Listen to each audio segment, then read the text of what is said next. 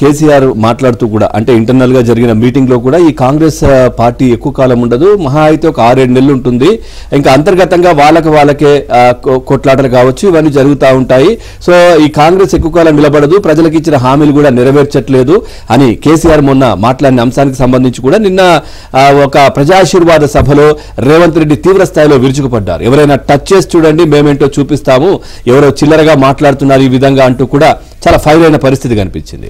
Right, చూద్దాం. కాంగ్రెస్ ప్రభుత్వం ఎక్కువ కాలం ఉండదంటూ విమర్శిస్తున్న వారిపై ముఖ్యమంత్రి రేవంత్ రెడ్డి తీవ్ర స్థాయిలో విరుచుకుపడ్డారు. మహబూబ్ నగర్ జిల్లా కేంద్రంలోని ఎంవీఎస్ మైదానంలో కాంగ్రెస్ పార్టీ భారీ ఎత్తున నిర్వహించిన పాలమూరు ప్రజా దీవెన సభలో బీఆర్ఎస్ పై ఫైర్ అయ్యారు. ఎవడన్నా టచ్ చేసి చూడండి అంటూ సవాల్ విసిరారు. తమ పాలమూరు బిడ్డలు అగ్ని కణికలైతారు, మానవ బాంబులైతారు, ఎవడన్నా మిగులుతాడేమో తాను చూస్తానన్నారు రేవంత్.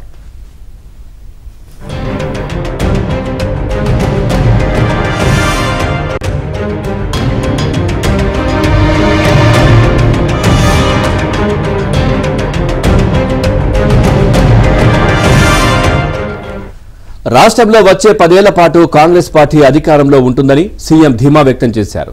1994 నుంచి 2004 వరకు టీడీపీ, 2004 నుంచి 2014 వరకు కాంగ్రెస్, 2014 నుంచి 2023 వరకు బీఆర్ఎస్ అధికారంలో ఉన్నాయని, తాజాగా అధికారంలోకి వచ్చిన తమ పార్టీ కాంగ్రెస్ మరోసారి 10 ఏళ్లు అధికారంలో ఉంటుందని చెప్పారు.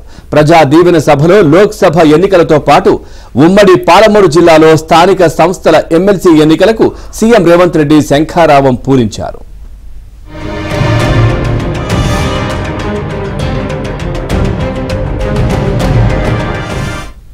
బీఆర్ఎస్ నేతలు 10 ఏళ్లు అధికారంలో ఉండి పందికొక్కుల్లా రాష్ట్రాన్ని దోచుకు తిన్నారని, తాము మాత్రం అధికారంలోకి వచ్చిన 90 రోజుల్లోనే పలు గ్యారంటీలను అమలు చేస్తూ ముందుకు వెళ్తున్నామని సీఎం రేవంత్ చెప్పారు. బీఆర్ఎస్ నేతలు కాకి లెక్కలు చెప్పుకుంటూ భ్రమలు కల్పిస్తూ ఎన్నో చిక్కుముడులు వేస్తే వాటిని తాము విప్పుతున్నామని అన్నారు.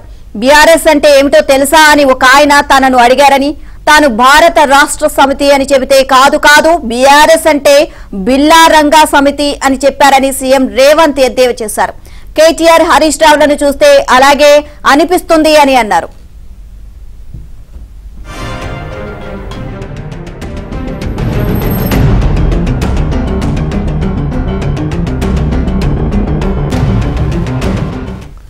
ఎస్సీల వర్గీకరణ కాంగ్రెస్ తోనే సాధ్యమని, ఇప్పటికే మంత్రి దామోదర రాజనరసింహ సారథ్యంలో ఆ దిశగా పనిచేస్తున్నామని సీఎం రేవంత్ తెలిపారు. కానీ 10 ఏళ్లు మాదిగలను వంచి మోసగించిన దొర దగ్గరకు వెళ్లడం ఆర్ఎస్ ప్రవీణ్ కుమార్ కు న్యాయమా అని ప్రశ్నించారు. దేశ ప్రధాని తెలంగాణకు వస్తే ఆయనను గౌరవించారని, రాష్ట్రానికి కావాల్సిన నిధులను పనులను అందరి ముందే అడిగారని, అంతేగాని చెవిలో గుసగుసలు పెట్టి తలుపులు మూసి కడుపులో తలకాయ పెట్టలేదని సీఎం పేర్కొన్నారు. కేంద్రంతో ఘర్షణ ఉంటే రాష్ట్రానికి ప్రజలకు నష్టం కలుగుతుందనే భావనతోనే ప్రధాని మోదీని సముచితంగా గౌరవించారని, కానీ అడిగిన నిధులు పనులు మంజూరు చేయకపోతే చాకిరేవు పెట్టే బాధ్యత కూడా తానే తీసుకుంటానని స్పష్టం చేశారు.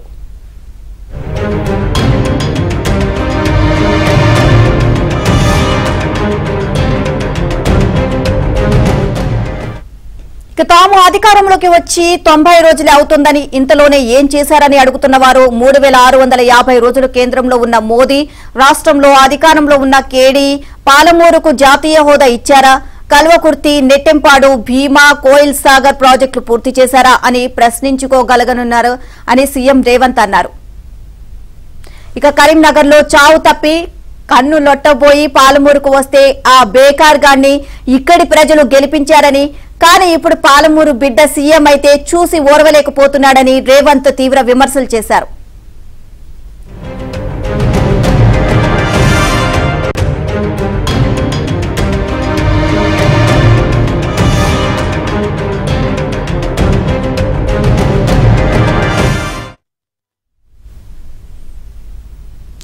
ఇటీవల కోస్గిలో జరిగిన బహిరంగ సభలో మహబూబ్ నగర్ లోక్సభ నియోజకవర్గం నుంచి కాంగ్రెస్ అభ్యర్థిగా సిడబ్ల్యూసీ ప్రత్యేక ఆహ్వానితుడు చల్లా వంశీచంద్ రెడ్డిని ప్రకటించినట్లుగానే స్థానిక సంస్థల ఎమ్మెల్సీ అభ్యర్థిగా మన్నె జీవన్ రెడ్డి పేరును సీఎం ప్రకటించారు. జీవన్ రెడ్డిని ఎమ్మెల్సీగా గెలిపిస్తే ఎంపీటీసీ, జెడ్పీటీసీల హక్కులతో పాటు వారికి రావాల్సిన పెండింగ్ బకాయిలను కూడా ఇప్పించేందుకు పనిచేస్తారని సీఎం రేవంత్ రెడ్డి తెలిపారు. ఇదే అంశానికి సంబంధించి మరిన్ని అప్డేట్స్ మా కరెస్పాండెంట్ సిద్ధార్థ్ అడిగి తెలుసుకుందాం. సిద్ధార్థ్, ప్రజా దీవెన సభలో కేసీఆర్ పైన రేవంత్ రెడ్డి తీవ్ర స్థాయిలో విరుచుకుపడ్డారు. ఓవరాల్ గా అప్డేట్స్ ఏంటి? Thank you. నిన్న సీఎం రేవంత్ రెడ్డి ప్రజా దీవెన సభలో పాల్గొన్నారు. ఆ సభలో రేవంత్ చేసినటువంటి ప్రసంగంలో ముఖ్యంగా రేవంత్ పైన, ప్రభుత్వం పైన జరుగుతున్నటువంటి ప్రచారము, ఆరోపణలు, అదేవిధంగా విమర్శలు, వీటన్నింటికీ రేవంత్ సమాధానం చెప్పే ప్రయత్నం చేశాడు. ముఖ్యంగా మొన్న మోడీని పెద్దన్న అంటూ పేర్కొన్నటువంటి విషయాన్ని బీఆర్ఎస్ ఎక్స్పోజ్ చేస్తూ దానిపై రేవంత్ రెడ్డిని విమర్శిస్తున్నటువంటి నేపథ్యంలో భారతదేశం అనేది ఒక ఫెడరల్ స్ట్రక్చర్ గా ఉంటుంది. సో ప్రధానిని ఖచ్చితంగా గౌరవించాల్సిందే. గత ప్రభుత్వం ప్రధానిని సరిగా రిసీవ్ చేసుకోలేకపోయింది. రాష్ట్రానికి రావాల్సినటువంటి నిధులు కానీ, రాష్ట్రానికి రావాల్సినటువంటి హక్కుల విషయంలో ప్రధానిని అడగలేదు. కానీ తాను ఈ ఫెడరల్ వ్యవస్థను గౌరవించి ప్రధాని రాగానే ఆయనను రిసీవ్ చేసుకోవడంతో పాటు రాష్ట్రానికి రావాల్సినటువంటి నిధుల గురించి ప్రధానిని అడిగాను. అది కూడా క్లోజ్డ్ సర్కిల్లో కాకుండా బహిరంగంగానే ఆయనను కలిశాను. తలుపులు మూసుకొని కడుపులో తలబెట్టి కాళ్ళు పట్టుకోలేదు. గత ప్రభుత్వం చేసినటువంటి విధంగా వ్యవహరించలేదని రేవంత్ రెడ్డి సమాధానం చెప్పే ప్రయత్నం చేశారు. ఇక దాంతో పాటుగా ప్రభుత్వం కూలిపోతుంది, ప్రభుత్వం పడిపోతుంది అని చాలా రోజుల నుంచి బీఆర్ఎస్ చేస్తున్నటువంటి విమర్శలపై రేవంత్ రెడ్డి సమాధానం చెప్పారు. ఒక రైతు బిడ్డ, పాలమూరు రైతు బిడ్డ సీఎం కావడాన్ని బీఆర్ఎస్ జీర్ణించుకోలేకపోతుంది. ఒకవేళ ప్రభుత్వాన్ని టచ్ చేద్దామని ప్రయత్నిస్తే కాంగ్రెస్ పార్టీకి సంబంధించినటువంటి కార్యకర్తలు మానవ బాంబులే పేలుతారని రేవంత్ రెడ్డి క్లియర్ గా చెప్పినటువంటి నేపథ్యం. ఇక దాంతో పాటు ఇటు మహబూబ్ నగర్ స్థానిక సంస్థల ఎమ్మెల్సీ అభ్యర్థిగా మన జీవన్ రెడ్డిని కూడా రేవంత్ రెడ్డి ప్రకటించారు. దాంతో పాటు గతంలో బీఆర్ఎస్ చేసినటువంటి తప్పులను కానీ, వాళ్ళు చేసినటువంటి పాపాలను కానీ ప్రజలకు చెప్పే ప్రయత్నం చేశారు. కేసీఆర్ మహబూబ్ నగర్ కు వస్తే కేసీఆర్ ని ఎంపీగా గెలిపించారు. కానీ కేసీఆర్ మాత్రం దక్షిణ తెలంగాణను పండుగెట్టే ప్రయత్నం చేశారు. పూర్తిగా దక్షిణ తెలంగాణను ఎడారిగా మార్చే ప్రయత్నం చేశారని కూడా రేవంత్ రెడ్డి చెప్పారు. ఇక రానున్నటువంటి పార్లమెంట్ ఎన్నికల్లో కార్యకర్తలు ఉత్సాహంగా పనిచేయాలని కార్యకర్తలకు దిశానిర్దేశం చేశారు.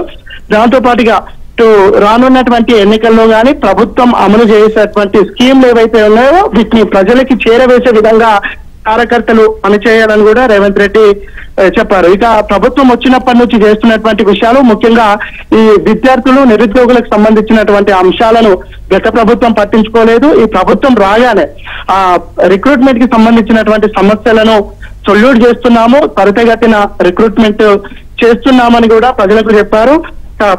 బీఆర్ఎస్ చేస్తున్నటువంటి విమర్శలను పట్టించుకోవద్దు. ముఖ్యంగా ఆర్ఎస్ ప్రవీణ్ కుమార్ మీద కూడా విమర్శలు చేస్తారు. ఆర్ఎస్ ప్రవీణ్ కుమార్ దళితులతో పాటు ఇటు విద్యార్థులకు, నిరుద్యోగులకు ఒక ఐకాన్ గా ఉంటారని తాను భావించానని, మొన్నటి వరకు దొరల గడీలను కూలగొట్టాల్సిందే అని చెప్పినటువంటి ఆర్ఎస్ ప్రవీణ్ కుమార్ ఈ రోజు దొరల పార్టీలతో కలిసి పోటీ చేయడం సరైన పద్ధతి కాదు అని కూడా రేవంత్ రెడ్డి విమర్శించారు. Thank you Siddharth.